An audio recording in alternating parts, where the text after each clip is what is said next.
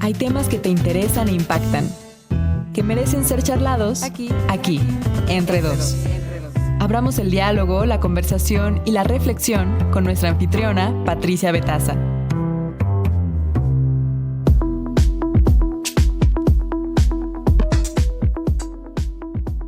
Hola, ¿qué tal? Muy buenos días, gracias por acompañarnos este jueves aquí entre dos con los temas de medio ambiente y de ciencia. Y bueno, en medio de un aire húmedo y una mañana seminublada, le damos la bienvenida, por supuesto, aquí a su programa Aquí entre dos, porque siempre tratamos de tener una conversación sobre temas que nos interesan o que nos deberían de interesar. Y bueno, hacemos énfasis en el clima porque pocas veces lo hacemos consciente, ya sea porque tenemos que salir a tiempo al trabajo o porque hay que llevar a los niños a la escuela o porque simplemente andamos deprisa y no nos ponemos a pensar en cómo está el medio ambiente, el clima. Solo que estando en alta mar o viviendo cerca de la playa, pues ¿qué creen ustedes? Claro, es difícil ignorar el clima cuando estamos sobre todo en temporadas de huracanes. Y si ustedes han vivido algún huracán y no se les dio una alerta temprana,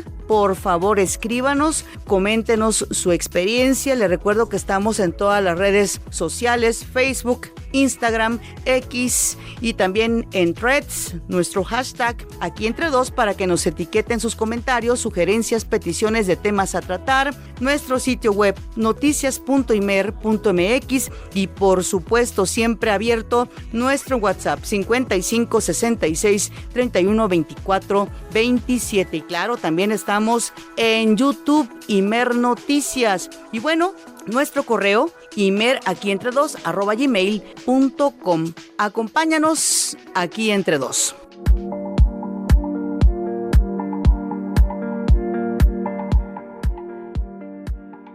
La temporada de huracanes comenzó el 15 de mayo en el Océano Pacífico y el 1 de junio en el Atlántico. Los huracanes, saben ustedes, aportan lluvia para zonas que de otra forma morirían por las sequías, así es la naturaleza. Limpian ríos y arroyos, recargan acuíferos y aportan agua para llenar presas, pero pues sí, también lamentablemente son sinónimo o pueden ser sinónimo de destrucción. Tras los severos daños que dejaron en nuestro país los huracanes Otis en 2023 y Priscila en 2025, el gobierno federal convocó a la comunidad científica para mejorar las capacidades de la ciencia a fin de que los fenómenos meteorológicos tengan un buen pronóstico, pero sobre todo proteger a las poblaciones costeras ante la llegada de huracanes. Y como resultado de esta convocatoria, 6 dependencias federales e instituciones académicas crearon un proyecto de vigilancia en el Océano Pacífico que se llama APIXCI, Sistema Interinstitucional de Monitoreo Metooceánico y Alerta Temprana de Eventos Extremos. Por favor, escuche esta cápsula que nos preparó mi compañero Víctor Reyes.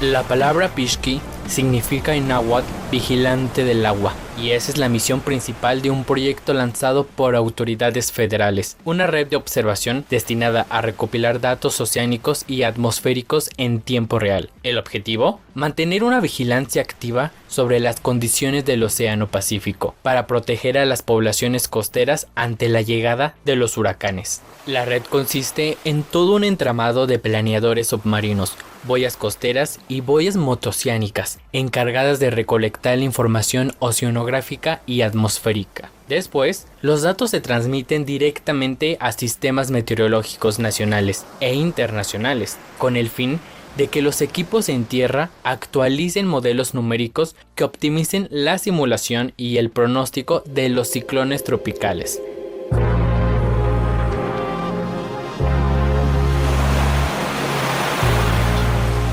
En el proyecto colaboran la UNAM, la Secretaría de Marina, el Servicio Meteorológico Nacional, el Centro de Investigación Científica y de Educación Superior de Ensenada en Baja California, el Instituto de Ciencias del Mar y Limnología de la UNAM y el Instituto de Ciencias de la Atmósfera y Cambio Climático de la UNAM. El Servicio Meteorológico Nacional reportó que el sistema servirá para la prevención, ya que se estima que para este año podrían desarrollarse entre 29 y 36 sistemas tropicales entre los océanos Pacífico y Atlántico. De esta forma, el vigilante del mar permanecerá activo en aguas continentales. Para Imer Noticias, Víctor Reyes.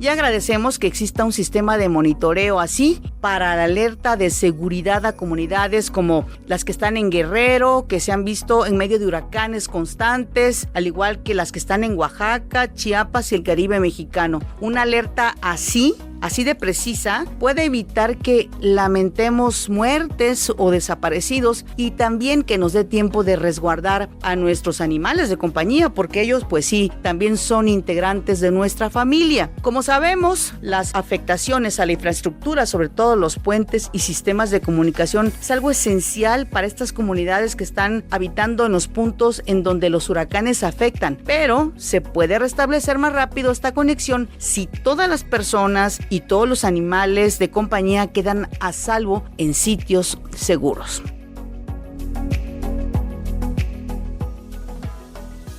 Y bueno, para conocer más sobre el proyecto Apixki, agradecemos que esté aquí entre dos la doctora Sheila Estrada Alice. Ella es investigadora del Departamento de Oceanografía Física del Centro de Investigación Científica y de Educación Superior de Ensenada, el CICESE, Ensenada, Baja California. Doctora, gracias. Muy buenos días, doctora. Muy buenos días, Pati, y a todos los que estén escuchando. Nos interesa mucho conocer qué es exactamente Apixki y qué significa, primero que nada, esta palabra. Miren, Apixki tiene un nombre quizás un poco, puede parecer rimbombante porque de hecho casi que nadie lo dice, pero lo que a mí más me gusta es que no es un acrónimo Apixki, sino que proviene de la lengua náhuatl y lo que significa es vigilante o centinela del mar. Y que es el corazón de Apixki, es la creación de un sistema de monitoreo interinstitucional para la predicción y pues para monitorear fenómenos extremos hidrometeorológicos. Pueden ser, por ejemplo, huracanes. Así es, doctora, sobre todo para tener un pronóstico pues lo más certero posible, porque hemos visto recientemente con los huracanes que han afectado al país, pues no necesariamente incluso los que monitorean estos fenómenos en Estados Unidos han acertado al 100%, doctora. Sí, eso creo que fue la gran motivación, lamentablemente, que fue Otis, ¿no? En el 2023. Así es. Muchos recordarán el desastre que ocasionó este huracán que tocó lamentablemente tierra en Acapulco. El problema de este huracán es que fue categoría de 3 a 5 en menos de 24 horas. Es lo que llamamos huracanes explosivos, ¿no? Porque de repente se refuerzan de una manera que nadie hasta el día de hoy pudo predecir. Así es. Ningún modelo pudo entender qué estaba pasando. ¿Y Apixki podría evitar que se puedan presentar nuevas tragedias como Otis, que porque pues no se avisó a tiempo, hubo muchas afectaciones, doctora, desde su punto de vista? Sí, bueno, las pérdidas materiales fueron increíbles, pero lo peor fueron pérdidas humanas, ¿no? Porque recordemos que no es solo cuando toca tierra el huracán, sino es luego lo que deja detrás, que son inundaciones, deslaves, lluvias torrenciales, el problema de las infraestructuras y pérdidas económicas también que hay, por supuesto, que son sustento de muchas familias. El sistema Apixki, el proyecto no viene a intentar resolver Otis, porque Otis fue un caso muy aislado, ¿no? Quién sabe si en algún momento alguien pueda entender qué pasó. Ojalá que sí. Pero la verdad es que la mayoría de los huracanes no son Otis, afortunadamente. Claro. Aún así, miren, desde los años 30 hasta ahora la predicción ha mejorado muchísimo, en un 60%. pero estamos en un 60%. Queremos mejorar todavía más esa predicción para que las autoridades pertinentes tengan más tiempo para poder avisarle a la población y para poder tomar medidas, ¿no?, que intenten disminuir los impactos de los huracanes al máximo, sobre todo lo que tiene que ver con las pérdidas humanas. Sin duda, doctora Sheila Estrada Liz, y aquí entre dos, este tipo de fenómenos como los huracanes, en el caso de Otis, ¿tienen que ver mucho con el cambio climático, doctora? Sí, miren, hay una relación que todavía no está muy clara, quizás, o que sí se ve una tendencia. A ver, el huracán, ¿de dónde se alimenta? Pues el huracán se alimenta del océano. ¿Por qué? Porque lo que necesita es calor, y quien le da calor es el océano. Si no existiera un océano caliente, pues el huracán no se puede formar, de hecho, no se puede reforzar. Entonces, si estamos atribuyendo un calentamiento oceánico debido al cambio climático, lo que estamos esperando es mayor formación de huracanes, o que estos incluso sean cada vez más potentes, ¿no?, más como casos de Otis, más reforzados, más explosivos. Y ahí es donde estamos poniendo la lupa a los científicos, ¿no? Estamos intentando entender estas causas que no están muy claras, entre la relación de un océano caliente con el reforzamiento de un huracán. Así es, doctora Sheila Estrada Liz, y por eso la relevancia, la importancia del proyecto PIXKI, el gran centinela del mar o del océano. Y bueno, este proyecto, doctora, ¿ya se ha aprobado en alguna parte de nuestro país e incluso del mundo? En el país como tal hay esfuerzos, ahí está la infraestructura, hay esfuerzos, pero están separados. A PIXKI lo que viene es a conjuntarlos, ¿no?, a coordinarnos. O sea, por eso es interinstitucional, y eso es un gran beneficio para el proyecto. Y es así como han actuado otros países. Por ejemplo, Estados Unidos, Australia y Japón tienen esta clase de sistemas interinstitucionales, incluso algunos con iniciativas privadas, ¿no?, porque hay interés también de la industria privada en mantener estos sistemas. Así que no ha sido aprobado en México, es pionero en este sentido, pero lo que sí está aprobado son todas estas partes que constituyen a PIXKI. ¿Y cómo desarrolla este monitoreo a PIXKI, doctora? Sí, la idea es, estemos monitoreando mar, estemos monitoreando atmósfera, alimentemos con esta información modelos de predicción y mejoremos estos modelos de predicción, ¿no? Entonces, el monitoreo en mar lo constituyen boyas muy grandes que están casi ancladas en posiciones fijas, y después gliders, que son drones submarinos que van tomando mediciones. En la atmósfera tenemos pues estaciones de radiosondeo, que es similar, ¿no? Está tomando datos cada cierto tiempo. Todos esos datos son importantísimos para que el modelo pueda alimentarse y saber por dónde ir. Claro. Si no le damos una información actualizada, el modelo va a empezar a inventar cosas, y ahí es donde empiezan los problemas. Así que cuanta más información le demos al modelo, mejor la predicción que nos va a sacar. Así es. Y bueno, hay una colaboración interinstitucional precisamente que hace posible el proyecto PIXKI. ¿Qué instituciones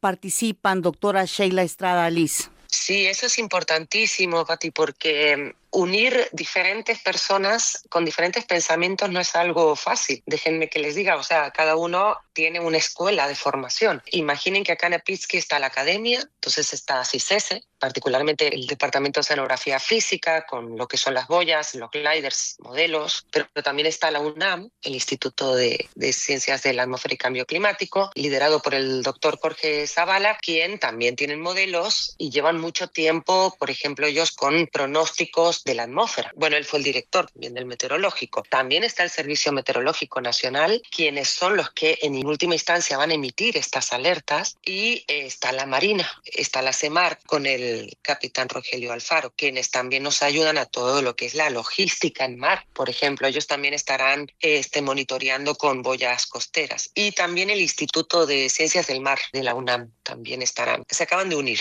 y ellos estarán tirando boyas que les llamamos lagrangianas, ¿no? Que las tiras puede ser desde un avión, y van siguiendo, las lleva la corriente, ¿no? Entonces van tomando datos también. Por eso muy importante esta participación entre varias instituciones muy relevantes en el país, precisamente, doctora Sheila Estrada Liz, para que este monitoreo de fenómenos como los huracanes puedan ser ahora sí que pues monitoreados lo más precisos posible. Y me gustaría preguntarle también, ¿qué tan importante resulta el cuidar nuestros mares, nuestros océanos, doctora? Bueno, es nuestra fuente de calor. El océano es nuestra fuente de calor, es lo que regula nuestro clima y es lo que nos da de comer, ¿no? Aquí en Baja California y en Ensenada particularmente, ¿a quién no le gusta un tiradito o un buen ceviche, no? Entonces imagínate lo importante que es cuidarlos si no los tenemos. No habría vida prácticamente. Claro. Así que sí, es de suma importancia cuidar nuestras costas y nuestro océano. Por supuesto, por todo lo que implica, doctora. Este proyecto Apixki, ¿cuándo lo podremos ver más concretado dentro de sus finalidades, que es el monitorear estos fenómenos a fin de proteger a la población? Sí, actualmente llevamos 1 año y medio, donde lo principal ha sido armarnos de infraestructura para fortalecer nuestra propia soberanía, ¿no? La idea es no depender de otros sistemas que se pueden caer fácilmente, sino tener algo propio, algo del país. Entonces eso nos ha costado mucho trabajo impulsarlo, pero ya lo tenemos, lo estamos ya casi terminando. Entonces ahora llega la hora de probarlo, hacer estos prototipos, llevar a cabo estos pilotos. Los gliders ya llevan monitoreando 1 año y medio. De hecho, tenemos más de 5.000 kilómetros de mar cubiertos, ¿no? Y las boyas se van a poner a finales de este año. Los modelos, tenemos grandes avances. Por ejemplo, uno de los buenos avances fue que hay modelos meteorológicos basados en inteligencia artificial que nos han dado buenos resultados, dándonos un pronóstico en 10 minutos, un pronóstico de 10 días. Muy relevante. Es súper relevante porque imagínate que de aquí a 10 días yo te voy a poder decir, ojalá, ¿no? Bueno, este huracán es posible, esta tormenta es posible que evolucione a huracán y pues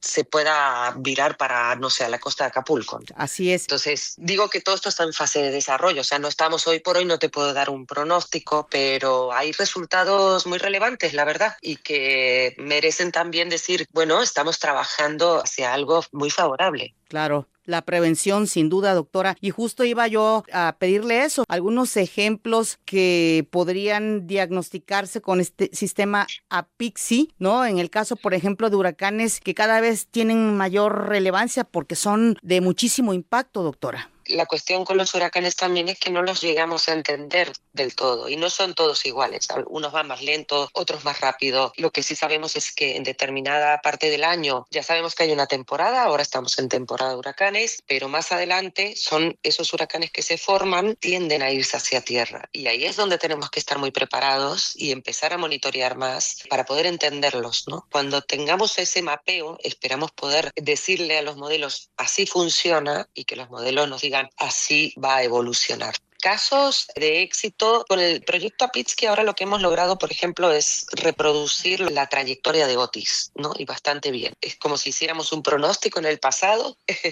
Claro. como si no supiéramos qué va a pasar, pero en realidad claro que lo sabemos. Por eso es bueno hacer nuestras pruebas con casos que ya sabemos que ocurrió, pero el modelo no lo sabe. Entonces es, bueno, yo te alimento, te digo esto puede ocurrir y el modelo me dijo sí, por acá fue, lo comparo con lo que fue Otis y efectivamente le pegamos en la trayectoria, no en la intensidad, pero hacia ahí vamos, ¿no? ¿Y Apixki qué reveló del huracán Otis, doctora? Reveló 2 cosas importantes. La primera es que nos falta muchísimo por entender estos sistemas y la segunda es que faltó muchísima información del océano. Por eso no se pudo actuar bien ni a tiempo. Por eso digo que lamentablemente fue el impulso para poder monitorear. Justamente el Pacífico tropical mexicano está muy pobremente muestreado. Entonces este es el primer esfuerzo que se hace a esta escala, ¿no? Para monitorear el océano. Próximamente nos trasladaremos hacia el Caribe mexicano y hacia el Golfo de México, donde también sabemos que nos impactan estos sistemas, ¿no? Pero ahí tenemos más información, así que preferimos empezar por donde no había casi nada, un desierto de información. Y se están descubriendo cosas no solo a nivel de huracanes ni demás, sino a nivel científico, preguntas científicas muy relevantes. ¿Cómo cuáles, doctora? Como, por ejemplo, en el Pacífico, el contenido de calor es menor que en el Atlántico. Y esto tiene que ver por cómo está distribuida el agua entre un mar y otro. Pero entonces, si el contenido de calor es menor en el Pacífico, ¿por qué se refuerzan también los huracanes aquí? Siendo que el contenido de calor es la gasolina para un huracán. ¿Cómo es posible entonces que tengamos el mismo número de huracanes reforzados o explosivos en el Atlántico que en el Pacífico? ¿De dónde viene esa energía? ¿Cómo es posible que ocurra? Claro, pues son preguntas muy relevantes que la ciencia, como ocurre en la mayoría de los casos, muchas veces pues da las respuestas y bueno, es eso implica todo un trabajo de investigación, doctora. Pues finalmente me gustaría preguntarle, ¿qué tan importante es la participación o podría ser la participación de la iniciativa privada en este tipo de proyectos, doctora? Sobre todo porque nos imaginamos que deben de tener un alto costo. Sí, acá hay una cosa, bueno, creo que es un punto muy clave el que has tocado, porque de todo lo que solemos hacer en ciencia, nuestra mayor preocupación a veces es cómo se mantiene esto en el tiempo, ¿no? Hay una gran inversión, en este caso, por la parte, ya saben que esto es un proyecto de Estado, es decir, es una actividad prioritaria del gobierno ahora mismo. Entonces se invierte una gran cantidad de dinero, lo ponemos en marcha y luego ¿cómo se mantiene? Exacto. ¿Cómo traspasa esto a otros gobiernos? Claro, que no sea una cuestión de un gobierno, sino que pueda convertirse en algo permanente, en un monitoreo permanente. Y creo que aquí la clave puede ser justamente la iniciativa privada, que nos ayude a mantener. La inversión fuerte ya estuvo, ya es esta. Luego es mantener el sistema, que es más barato. O sea, construir una casa, lo caro son los materiales, etcétera. Después mantenerla, uno espera que sea más barato. Reformarla quizás en algún punto, pero nunca va a ser comparable a la inversión inicial. Bueno, esto es lo mismo. Así que lo que esperamos es que tanto las instituciones permanentes, o la Marina, como el Servicio Meteorológico, puedan tener inyecciones de dinero público, pero a la vez también que la iniciativa privada pueda apoyarnos, ¿no? Así es. Porque también encontrarán beneficio. Así es, doctora Sheila Estrada Aliz, investigadora del Departamento de Oceanografía Física del Centro de Investigación Científica y de Educación Superior de Ensenada. Muchas gracias por haber estado aquí entre dos y hablarnos de este interesantísimo y necesario proyecto APIXKI, a fin de que, pues de que se pueda actuar a tiempo en caso de fenómenos como los huracanes. Ya tuvimos la triste experiencia en el caso de huracanes impredecibles como Otis. Gracias, doctora. No, gracias a ustedes. Que tengan excelente día. Igualmente. Un abrazo.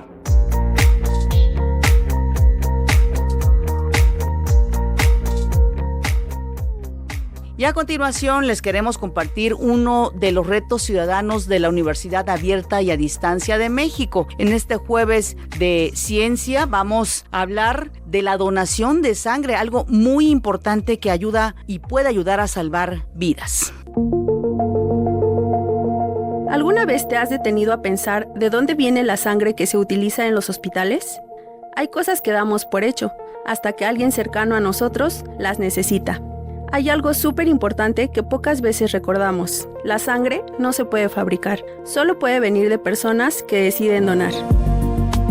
Aunque para muchas personas el tema puede parecer lejano, la realidad es que donar sangre es un proceso seguro que puede ayudar a salvar vidas. Tal vez hoy alguien necesita una transfusión por una cirugía, un lamentable accidente o un tratamiento médico, y quizá, sin saberlo, una sola donación podría ayudar a más de una persona. Entonces vale la pena preguntarnos, ¿qué pasaría si un acto que toma solo unos minutos pudiera convertirse en una oportunidad para ayudar a alguien más? Hablar del tema o incluso considerar donar voluntariamente también es una forma de participar y cuidar a los demás. La Universidad Abierta y a Distancia de México te reta a conocer más sobre la donación voluntaria de sangre y reflexionar sobre cómo una decisión personal puede hacer una diferencia real en la vida de otras personas. Conoce este y otros retos en unadmexico.mx/retos-ciudadanos. Donar sangre también es una forma de compartir vida.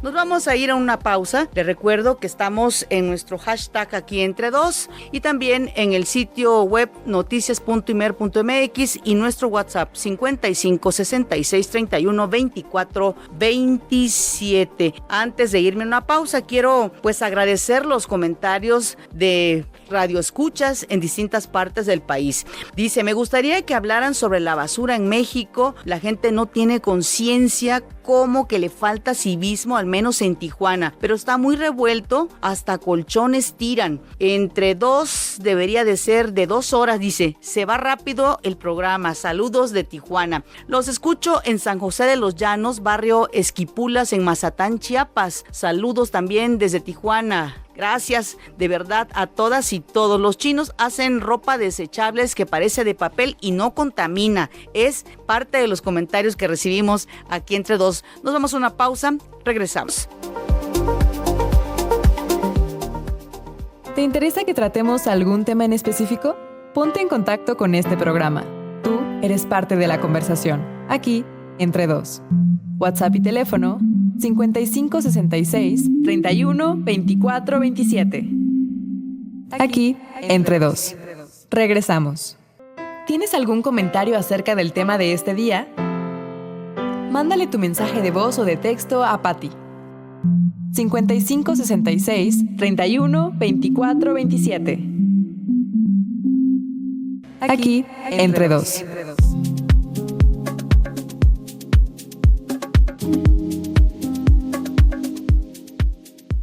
La biodiversidad es la variedad de vida en la Tierra en todas sus formas. Dependemos de ella, ¿para qué? Pues para obtener alimentos, agua, medicinas, un clima estable y hasta crecimiento económico, pues más de la mitad del PIB, del Producto Interno Bruto Mundial, depende pues sí de la naturaleza. Lamentablemente, actualmente 1 millón de especies están amenazadas. ¿Por qué? Pues por el riesgo de extinción debido al cambio climático que ya estamos padeciendo y al uso de la tierra por parte de los seres humanos. En México, la protección y conservación de la biodiversidad está regulada principalmente por la norma oficial mexicana NOM 059 Semarnat 2010, que tiene como propósito identificar las especies o poblaciones de flora y fauna silvestres en riesgos en toda la República Mexicana. Para coordinar los esfuerzos de preservación en el territorio nacional, la Comisión Nacional de Áreas Naturales Protegidas opera el programa de conservación de especies en riesgo y también los programas de acción para la conservación de especies. Los invito también a que escuchen esta cápsula que nos preparó mi compañera Ana María Muñoz.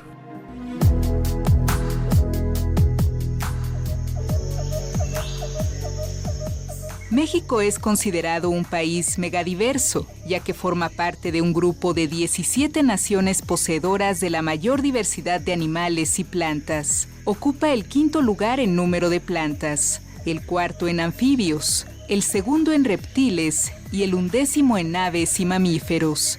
Además, cerca del 50% de las plantas, el 47% de los reptiles y el 45% de los anfibios son exclusivos de nuestro país.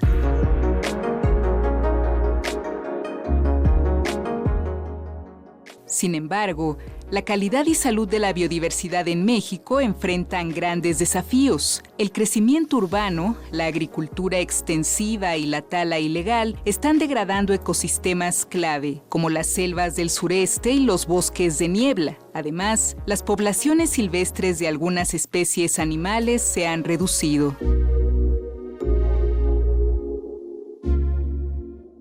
De acuerdo con registros de la Comisión Nacional de Áreas Naturales Protegidas y la Secretaría de Medio Ambiente, algunas de las especies animales más vulnerables en el país son la vaquita marina, el ajolote mexicano, el jaguar, la tortuga laúd y la mariposa monarca.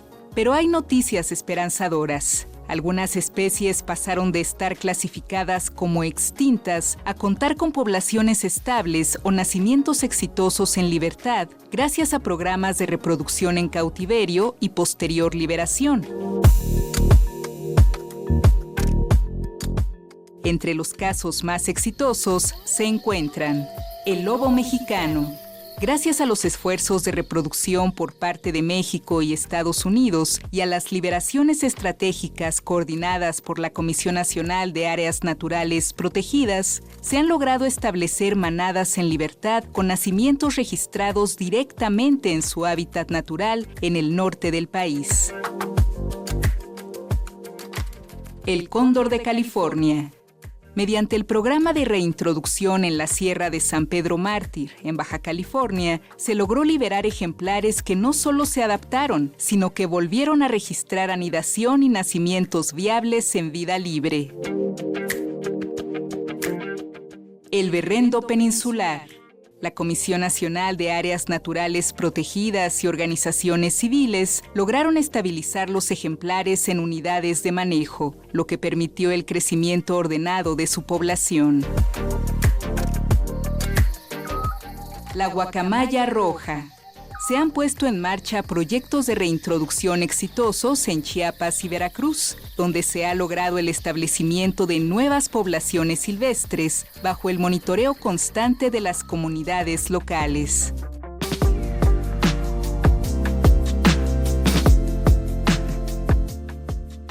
En materia de vegetación, también se han obtenido resultados exitosos. Si bien especies como las cactáceas endémicas, la biznaga barril de oro, la biznaga de bola de hilo, las orquídeas y bromelias silvestres, el laurel de olor y el palo de rosa se encuentran en peligro de extinción, se ha logrado frenar la desaparición de 4 especies nativas de manglares. Mediante decretos de nuevas áreas naturales protegidas y programas comunitarios de reforestación hidrológica, se logró estabilizar e incluso recuperar la cobertura de miles de hectáreas de mangle rojo, negro, blanco y botoncillo.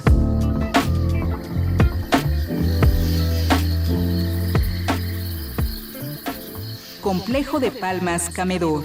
A través del Programa de Conservación de Especies en Riesgo, se impulsó la creación de unidades de manejo ambiental ejidales. Las comunidades rurales ahora cultivan la palma de manera sustentable. Especies de biznagas. En reservas como la biosfera Tehuacán-Cuicatlán, en Puebla y Oaxaca, los guardaparques y los viveros comunitarios han estandarizado la reproducción por semilla de miles de ejemplares que son reincorporados exitosamente a laderas degradadas, con lo que se ha logrado la sobrevivencia de nuevas generaciones de plantas en ecosistemas desérticos protegidos.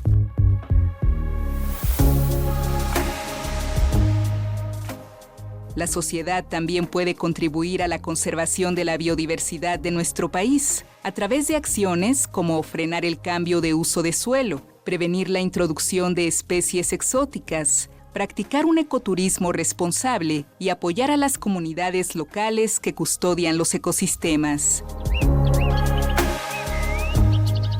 Para Imer Noticias, Ana María Muñoz.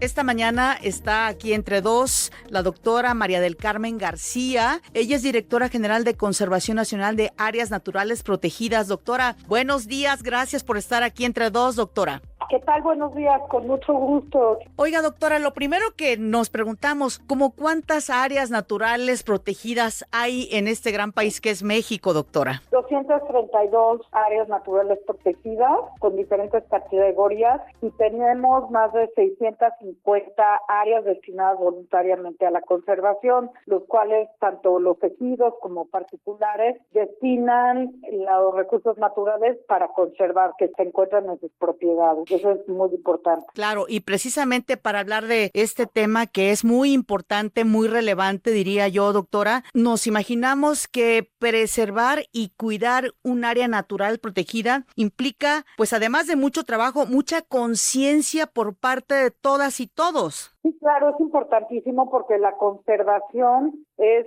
el comportamiento humano hacia la naturaleza, que esto tiene que ver con ética moral y educación. Entonces, pues más que estudiar a los organismos que lo hacemos, porque son los indicadores, pues nos dedicamos a cambiar, pues más bien los comportamientos negativos hacia la naturaleza. Ahora, en estos momentos, doctora María del Carmen García, ¿dónde están enfocados los ojos ante la necesidad de cuidar estas áreas naturales protegidas? Bueno, tenemos en la actualidad 2.600 especies consideradas como categorías en riesgo y 372 especies prioritarias. Entonces, por regiones tenemos diferentes objetivos. Por ejemplo, en el Alto Golfo, la vaquita, la cual pues tiene incidencia a través de la pesquería de Totoaba, el tráfico de embarcaciones, algunas otras actividades, así como el aprovechamiento del río Colorado, lo cual está cambiando todo el ecosistema. Entonces, pues mucho del esfuerzo que que hemos tenido como Semarnat,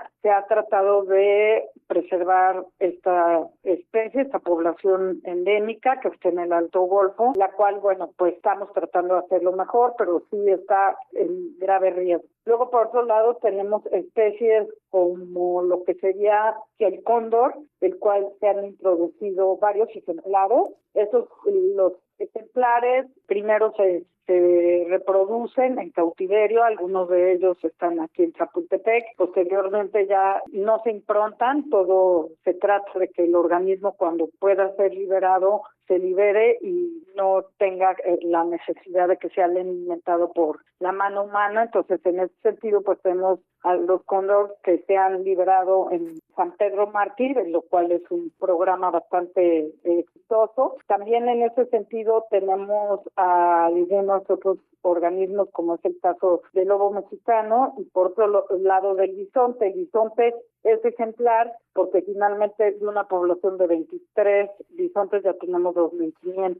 Otras poblaciones como el lobo fino de Guadalupe, que en el siglo pasado tenía solo 23 animales, ahora de manera natural ya han llegado a 70,000. Esto debido a que en las áreas naturales protegidas se ha regulado el turismo y la pesca. En ese mismo sentido tenemos la ballena jorobada, la cual pues ahorita tenemos más de 5,000 organismos, si bien es migratoria, que llega hasta México, y la tortuga verde, la cual pues también se ha logrado aumentar la población. Y un emblema de México es la mariposa monarca, que si bien todavía no llega a sus números que registramos más alto, esta pérdida fue básicamente por los bosques, la pérdida de bosques en los 3 países, por algunos tipos de sustancias que se utilizan en la agricultura. Aquí en México las comunidades han conservado y ha aumentado la cobertura vegetal de estos bosques, esto es importante mencionar. Y pues tenemos ahorita una urgencia climática en el caso de todas las zonas marinas, donde hemos perdido pues más del 30% de arrecifes. Entonces tenemos el Programa Nacional de Restauración que lo lleva la Secretaría de Semarnat, y en las áreas protegidas pues se hacen todas estas acciones de restauración que si bien pues vamos muy lenta en el caso de los corales, no hay que dejarlo para afuera, ya hay que tratar de en nuestras casas disminuir el uso de energía, aunque estemos en ciudades lejos del mar, eso se refleja en la salud del coral, entonces pues es importante. Y otras especies que no son tan visibles como los artrópodos, no sé, pues cuando éramos chicos llegábamos de salir al campo, a carretera, y en nuestros vidrios se pegaban muchísimos insectos. Desgraciadamente esto ha ido para abajo con todos los agrofosfatos que estamos utilizando y con muchas sustancias químicas, y bueno, pues ya ahorita por lo menos se ha recuperado el sapulín de la sierra, la libélula gigante. Bueno, en ese sentido estamos haciendo esfuerzos muy grandes para que las poblaciones de insectos no se pierdan. Así es. Sí, doctora, quisiera preguntarle, en el caso, por ejemplo, de los derrames de hidrocarburos, de la contaminación que generamos, pues todas las personas, ¿qué tanto afectan a estas áreas naturales protegidas o están afectando en estos momentos? Pues básicamente hay efectos que se pueden ver de manera inmediata y hemos de recordar cuando se ha vertido hidrocarburos, por ejemplo en el TOC, que no había tanta información, pues muchas aves se murieron. En Canadá tuvimos el Exxon en el cual pues, se murieron muchos organismos, los que vemos, ¿no? Y ya en el arrecife o en la parte de los del ventos, que son los organismos que viven en el fondo del mar, sensibles, pues lo que vemos es que son efectos que como tienen algunos otros factores como el aumento de temperatura, disminución del oxígeno, falta de manejo adecuado de residuos, pues no se puede ver exactamente qué pasa. Lo que tenemos sí son ecosistemas debilitados o organismos debilitados que con cualquier efecto adicional pueden morir. Eso sucedió, por ejemplo, con el aumento de temperatura de corales del agua marina en el 2023, fue la cuarta aumento más elevado en el mundo y murieron pues poblaciones en todo el mundo. Y de los hidrocarburos, si bien en el Golfo de México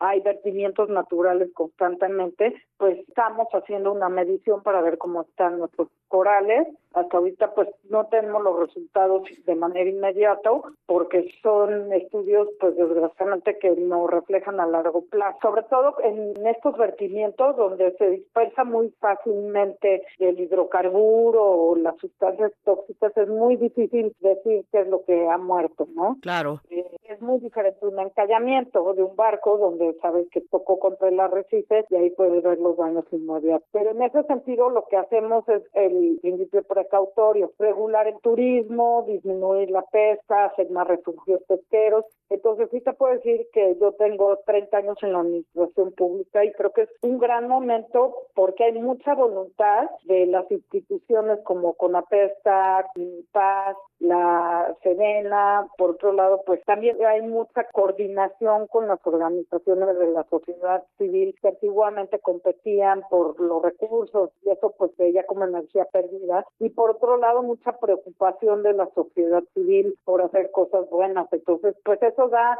una fórmula magnífica que esperemos ver, así como han aumentado estas poblaciones de lobos finos de Guadalupe, de bisontes, pues que se pueda ver también reflejado en nuestras otras especies. Ojalá que así sea, doctora María del Carmen García. ¿Qué papel juegan las comunidades que están cercanas precisamente a estas áreas naturales protegidas? ¿O cuál es el papel que deberían tener? Bueno, son definitivas.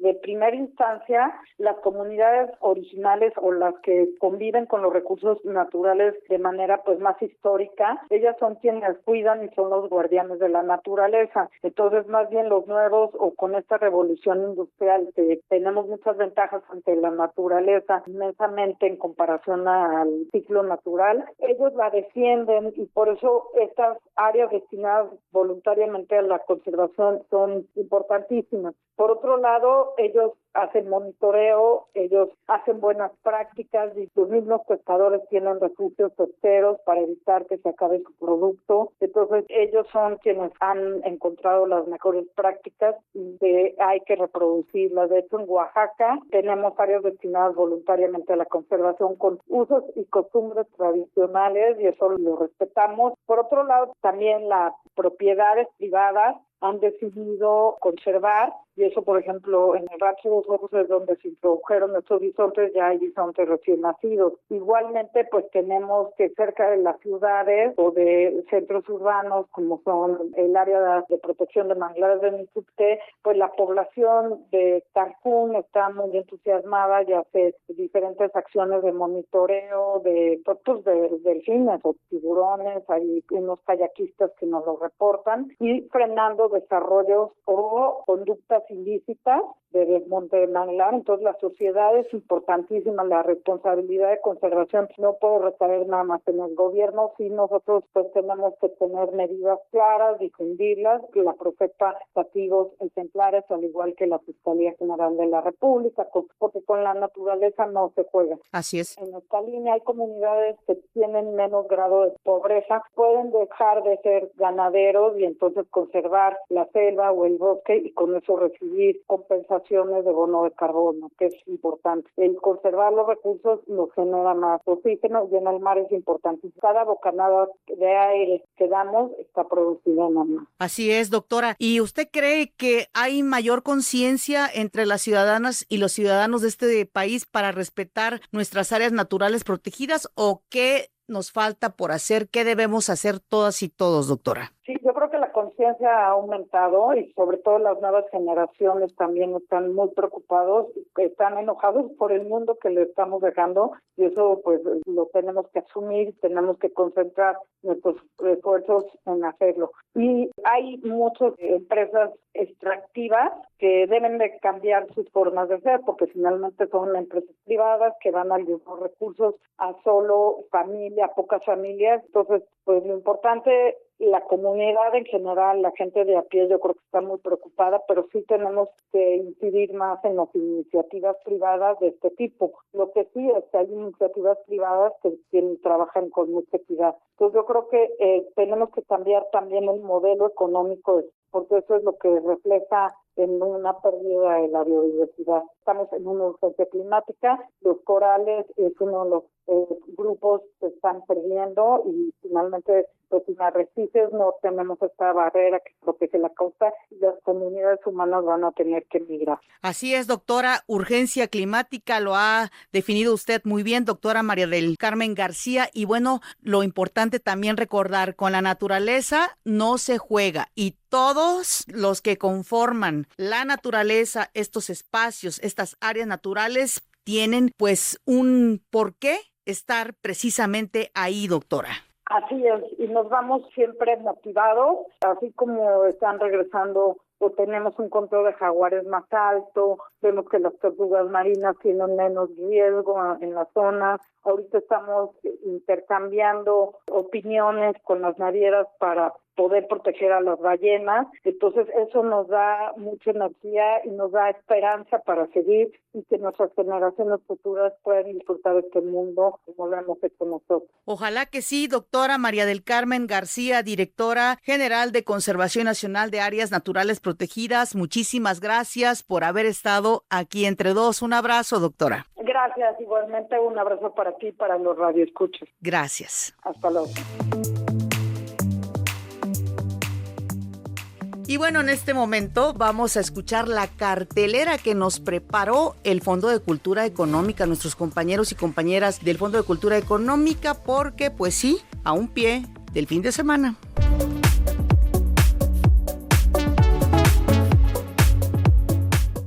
Muchísimas gracias, Patti, por brindarnos este espacio a la auténtica banda librera, que es una ventana para conocer lo que ocurre en las librerías del Fondo de Cultura Económica, libros, autoras y autores, actividades culturales, ferias de libro y propuestas que dialogan justamente con la conversación pública. Doy la bienvenida a mi querido compañero César Cervantes, que justamente nos hablará de algunas de estas actividades. Bienvenido, César.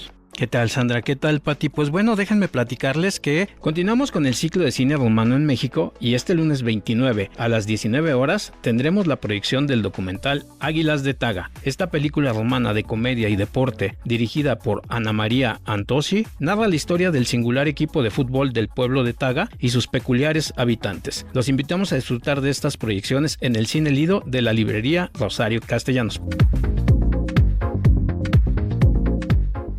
El sábado 4 de junio a las 17 horas los invitamos a la presentación de Neto Rebollo y el robo del código secreto, la nueva y divertidísima aventura de Antonio Malpica, donde el misterio, el humor y los animales parlanchines se unen en una historia llena de imaginación. Neto Rebollo parece un niño común, va a la escuela, tiene calificaciones normales y comparte aventuras con su mejor amiga, pero guarda un secreto extraordinario. ¿Te imaginas poder hablar con los animales y que además de ello te respondan? Pues vamos a descubrir esto en la librería Rosario Castellanos, ubicado en Tamaulipas 202, Colonia Condesa, cerca del Metro Patriotismo. Y también este sábado 4 de julio, solo que a las 13 horas, el Museo Franz Mayer y el Fondo de Cultura Económica celebran la historia de Las Pioneras, el primer equipo femenil mexicano que disputó un mundial de fútbol. En esta presentación de la novela gráfica que reconstruye el Campeonato Mundial de Fútbol Femenil de 1971, participan los autores del libro junto a varias de las exjugadoras que forman parte de esta memoria colectiva en una conversación sobre deporte, historia y legado. El Museo Franz Mayer se ubica en Avenida Hidalgo 45, Centro Histórico de la Ciudad de México, muy cerca del Metro Bellas Artes. Les recordamos que todas nuestras actividades son totalmente gratuitas. Nos encontramos con el escritor Jovaín Vázquez Bailón, autor de La Travestiada, y en este mes justamente que conmemoramos el orgullo LGBT+. Así que le damos la más cordial bienvenida. Antes de ello, voy a comentarles un poquito a nuestro querido auditorio quién es Jovaín Vázquez. Él nació en Mérida en 1990. Es antropólogo, narrador y tianguista, cofundador de la revista digital Memorias de Nómada, becario del Sistema Nacional de Jóvenes Creadores 2023 y ganador del Fondo Editorial 2023 del Ayuntamiento de Mérida con el libro de cuentos Cristo es una forma de hacer drag. La Travestiada, precisamente ese libro que nos ocupa, es la obra ganadora del Premio Nacional de Novela Joven José Revueltas en 2023. Bienvenido, bienvenida, Jovaín, ¿cómo estás? y cuéntanos por favor cómo nace la novela La Travestiada.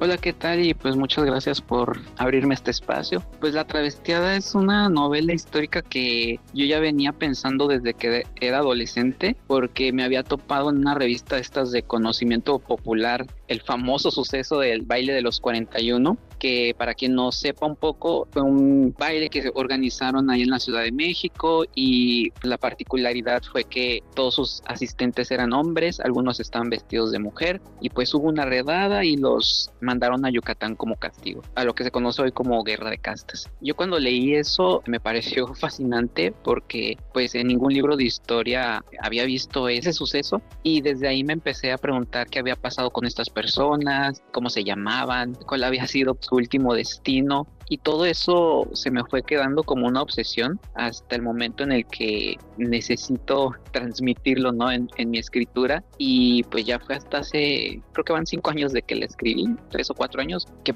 me di a la tarea de armarles todo ese recorrido que la historia no registró, pero que creo yo la literatura tiene las suficientes herramientas como para imaginarlo. Entonces un poco de ahí nace la novela, ¿no? De esta fascinación por ese pequeño o esa pequeña anécdota que dice mucho, sobre todo para la comunidad sexodiversa en México. Así es, y antes de que se me olvide, pues este libro ya tiene una reimpresión, así que ha sido muy bien recibido por las lectoras en México. Y cuéntanos, Yovaín, justamente esto, porque a ver, nosotros como Fondo de Cultura Económica también hemos editado, ¿no? Una diversidad de libros que tratan el tema o los temas diversos, valga la redundancia, pero desde un punto de vista podríamos decir más personal, ¿no? Pero aquí tú, yo creo que eres el que inicia, eres punta de lanza, narrar este episodio histórico que la verdad había sido escondido literalmente.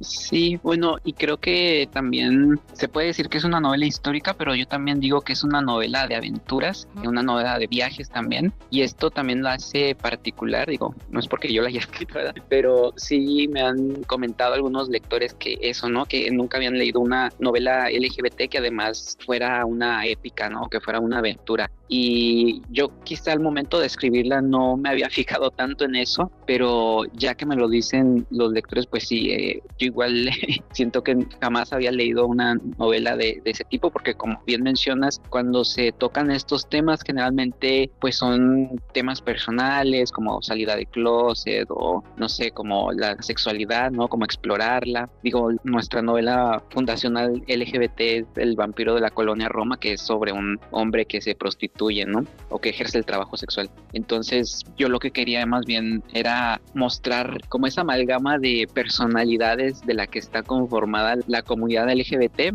o aquí específicamente con los homosexuales, y mostrar eso precisamente como la diversidad que había, y que desde 1901 que se hizo ese baile, pues ya había esta necesidad como de juntarse, de salir de fiesta. A lo mejor era más por eso, ¿no? Por el tratar de divertirse, pero sí había esa intención como de juntarse. Entonces, para mí era como lo mejor que me pudo haber pasado como escritor, pues para escribirlo. Sí, muestras precisamente no solo la tragedia, sino la felicidad, la sonrisa, hasta la estética de un vestido, ¿no? Muchísimas gracias, Yovaín. El tiempo es malo acá. Te esperamos seguir platicando contigo muy, muy pronto. Gracias por ofrecernos este gran libro. Recuerden que está en toda nuestra red de librerías del Fondo de Cultura Económica y Educal. Hasta la próxima, Yovaín. Nos vemos. Gracias.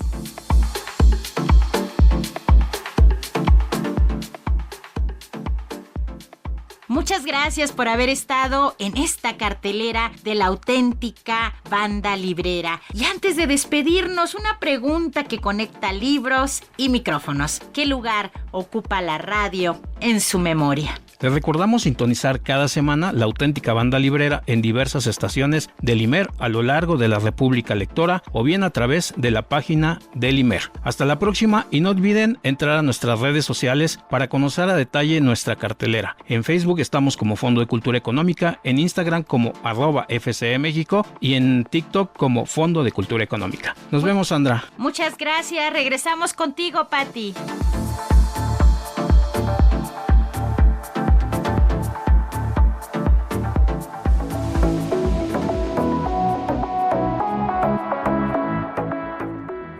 Y así llegamos al final de su programa aquí Entre Dos. Gracias por sintonizarnos. También agradezco mucho a mis compañeras y compañeros Gema Hernández y Gabriela Polinar, Ana María Muñoz y Verónica Basurto, pero sobre todas las cosas, gracias a ustedes por escucharnos aquí Entre Dos, su programa. Pásenla bien.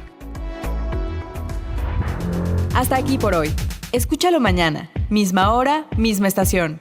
Aquí Entre Dos.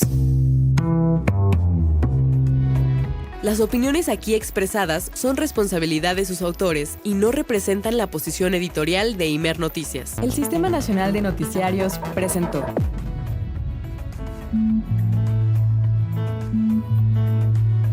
Hay temas que te interesan e impactan, que merecen ser charlados aquí, Entre Dos. Abramos el diálogo, la conversación y la reflexión con nuestra anfitriona, Patricia Betaza.